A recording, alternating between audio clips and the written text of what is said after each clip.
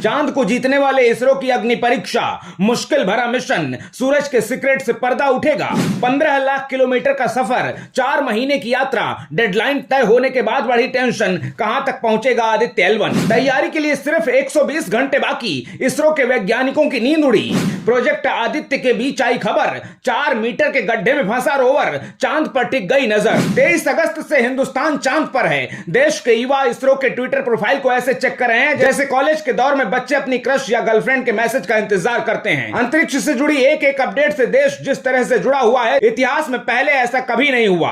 और इन्हीं उम्मीदों पर खरा उतरने के लिए इसरो ने बड़ा चैलेंज अपने हाथ में ले लिया है। मिशन आदित्य की सबसे बड़ी मुश्किल आपको बताएंगे, लेकिन पहले आपको चंद्रयान 3 के रोवर प्रज्ञान का लेटेस्ट अपडेट बताते हैं, क्योंकि चंद्रमा के शिव शक्ति पॉइंट से आई एक खबर ने पूरी दुनिया को हैरान कर दिया। दरअसल रोवर प्रज्ञान के रास्ते में 4 मीटर का गड्ढा आ गया, जिसे देखकर रोवर कुछ देर के लिए ठहर गया। रोवर ने अपने नेविगेशन कैमरे से खींचकर तस्वीर भेजी, जिसे देखकर इसरो कमांड सेंटर के वैज्ञानिक परेशान हो गए। निरीक्षण के बाद रोवर को वापस लौटकर दूसरी दिशा में चलने की कमांड दी गई, जिसके बाद रोवर ने अपना रास्ता बदल दिया। चांद पर गड्ढे और इस घटना की तस्वीरों को शेयर कर इसरो ने बताया कि चंद्रयान के प्रोपल्शन मॉड्यूल, लैंडर और रोवर बिल्कुल उम्मीद के मुताबिक काम कर रहे हैं। अब तक तीनों ने सभी निर्धारित टास्क पूरे किए हैं। चंद्रयान 3 के अपडेट्स ने वैज्ञानिकों का मनोबल बढ़ाया है, लेकिन मिशन आदित्य से जुड़ी चुनौतियों को लेकर वैज्ञानिक चिंता में पड़े हुए हैं। 2 सितंबर को श्रीहरिकोटा स्पेस सेंटर से भारत का पहला सूर्य मिशन लॉन्च होने जा रहा है। आदित्य L1 अगले 5 साल तक सूर्य पर नजर रखेगा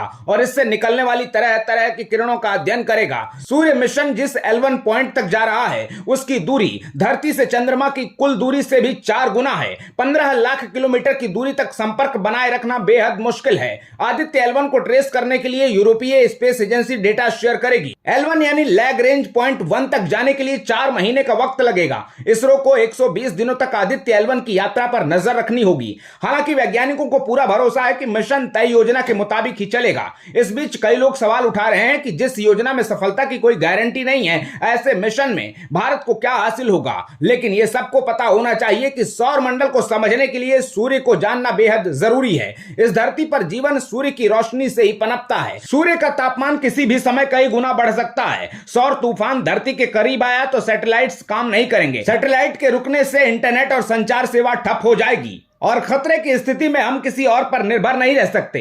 हम सबको पता है कि प्राकृतिक आपदाओं को हम रोक नहीं सकते, लेकिन जानकारी पहले से हो तो बचाव की कुछ तैयारियां करने का समय मिल जाता है। अब तक की रिसर्च ने हमें बताया है कि सूर्य हमारा सबसे नजदीकी तारा है। यह आग का गोला लाखों डिग्री तक गर्म है। सूर्य की सतह पर हर वक्त हजारों लाखों विस्फोट होते रहते हैं। धमाकों से भयानक तूफान उठता है और अंतरिक्ष में प्लाज्मा फैल जाता है। सूर्य पर हो रही घटनाओं का सीधा असर हमारे वायुमंडल पर होता है। धरती की जरूरत और इन्हीं खतरों को देखते हुए पूरी दुनिया के वैज्ञानिक सूर्य को करीब से समझना चाहते हैं, लेकिन सूर्य की तरफ जाना बाकी उपग्रहों और तारों के मुकाबले बेहद कठिन है। सूर्य को समझने के लिए अब तक केवल नासा, यूरोपीय स्पेस एजेंसी और जर्मन एरोस्पेस सेंटर ने अभियान भेजे हैं। नासा ने अब तक 3 मुख्य मिशन किए हैं। ये हैं सोहो, पार्कर सोलर प्रोब और इरिस। सोहो मिशन नासा और यूरोपीय स्पेस एजेंसी ने मिलकर लॉन्च किया था। यह सबसे लंबे समय तक चलने वाला उपग्रह है। ऐसे में भारत का आदित्य L1 अहम शुरुआत है, जिससे हमारे वैज्ञानिकों को सूरज की रिसर्च में बड़ा अनुभव मिलेगा। इसरो के इस मिशन पर आपकी क्या राय है, जरूर बताइएगा और ABC भारत को फॉलो करना बिल्कुल ना भूलिएगा।